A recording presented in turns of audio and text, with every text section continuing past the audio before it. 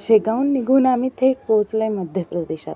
नदीच्या तीरावर बसलेल्या ओंकारेश्वर ज्योतिर्लिंगाच्या दर्शनाला नर्मदा नदीचं विहंगम दृश्य आणि घाट मनाला भरून पाडणारे होते. तिथून पुढे आमचा मोर्चा वळला थेट महाकाल की नगरी म्हणजेच उज्जैनीकडे. बाबा महाकालेश्वरांच्या दर्शनाने अख्खा प्रवास सार्थकी लागला.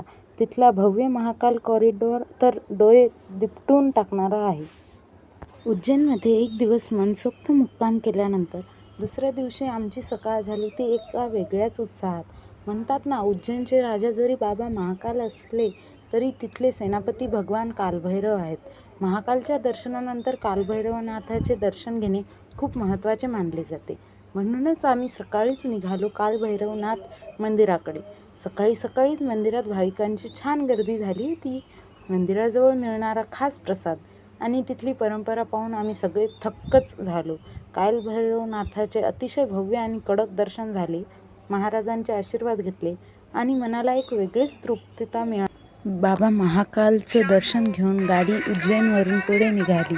खरी पण गाडीतल्या आमच्या या डान्सिंग क्वीन्स थांबायला तयारच नव्हत्या.